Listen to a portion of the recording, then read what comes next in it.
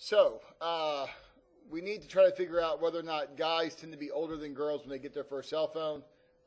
Certainly, just looking at the numbers, 15.5 is bigger than 14.3, so it would seem to indicate, yeah, they probably are. But again, we're back to that whole, is that difference really that critical? Okay. So, in order to do this, we got to figure out, this is a mu1, mu2 type problem. So, this is going to be mu1, this is going to be mu2. Okay. And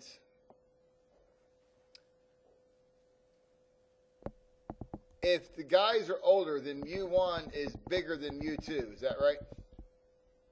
Isn't that what we're claiming? And if that's the case, then mu1 minus mu2 would be what?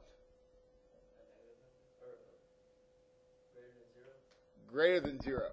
And so that's my claim. Is that going to be HO or H1? H1, right? Because it's got the greater than, not the equal to.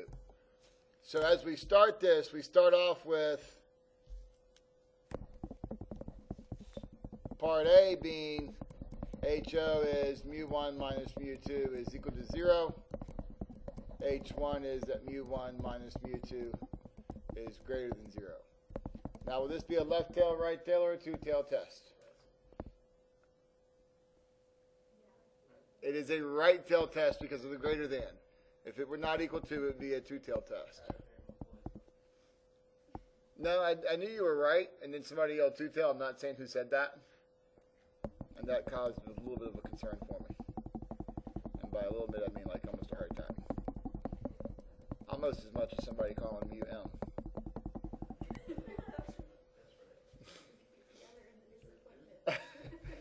All right, this area is 0.05. Now, we're dealing with the mean, right? So again, just so everybody is straight, dealing with proportions, you use a z-score, always. Well, now I'm on tape and I'm saying always. Most always. You got to check n times p and n times q. But for this course, it's always. Okay? When you're dealing with the mean, it's either going to be a z-score or a t-score. And most of that has to do with sigma and whether sigma is known or not. In this case, sigma is not known. N is less than 30. This is a classic example of how we're going to use a t-score. Okay? Now, a couple major things of importance to understand. Number one, we make an assumption at the end that sigma 1 and sigma 2 are unknown and unequal. That's going to be part of our assumption. And because of that, we're going to choose the smaller of the 2 degrees of freedom. So when given a choice between 2 degrees of freedom, we're going to take the smaller of the 2 numbers. Okay, now if both of these are the same, well then it's an easy decision to make. If they're both 8, you go up, degrees of freedom is 7, and you quit. But when you have 2 numbers to choose from, take the smaller one, and that's the degrees of freedom we're going to use for this course. Okay? Now, again, if you go work and practice, then that might screw you up. But if you go work and practice, I'm available as a consult. Part 6, 0.05, one tail, degrees of freedom. It's looking like 1.943. Can we all agree on that? 1.943. Part C. Part C. You need to know the formula. The formula is T equals x bar 1 minus x bar 2 minus mu 1 minus mu 2 all over the square root of s1 squared over n1 plus s2 squared over n2.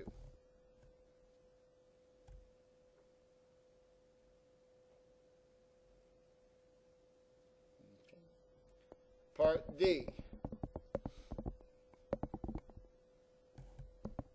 T equals, we got to do x bar 1 minus x bar 2. So what is that?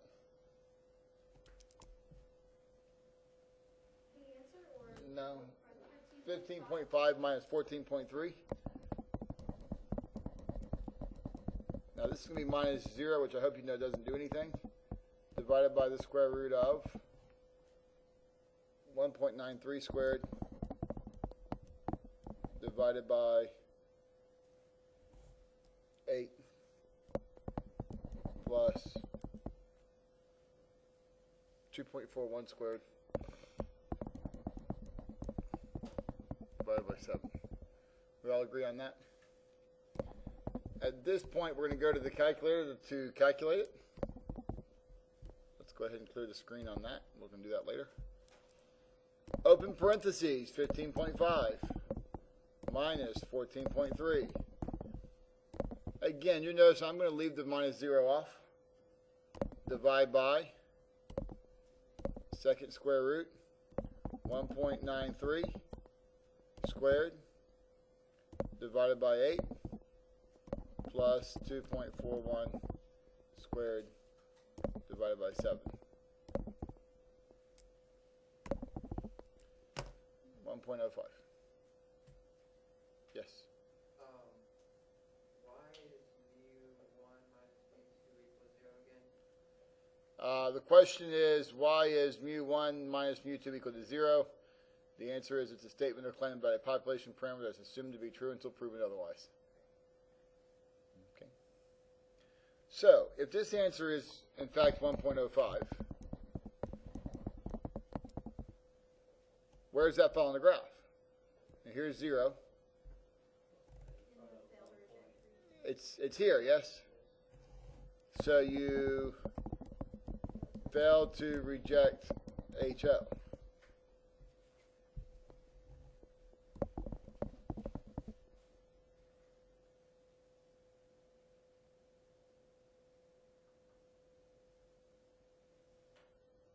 Okay.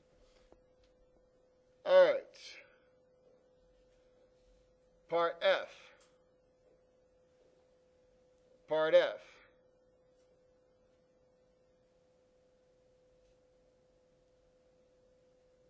I'm sorry. Whoa. What are you doing? Interpret. If I need to interpret this, how do I do it? Do I support or not support the claim? Not support. At a point... Well, I failed to reject HO.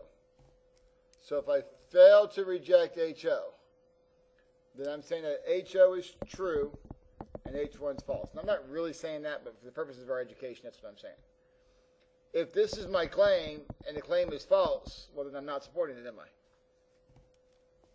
So I will say at a 0.05 level of significance,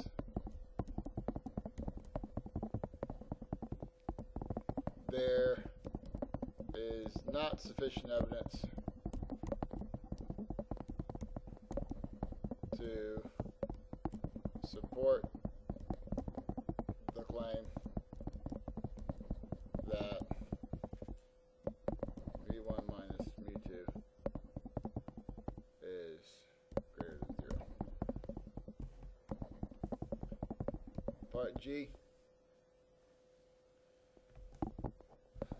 On your sheet, populations are normally distributed. Are normally distributed, and sigma 1 and sigma 2 are unknown and unequal. Okay. Any questions on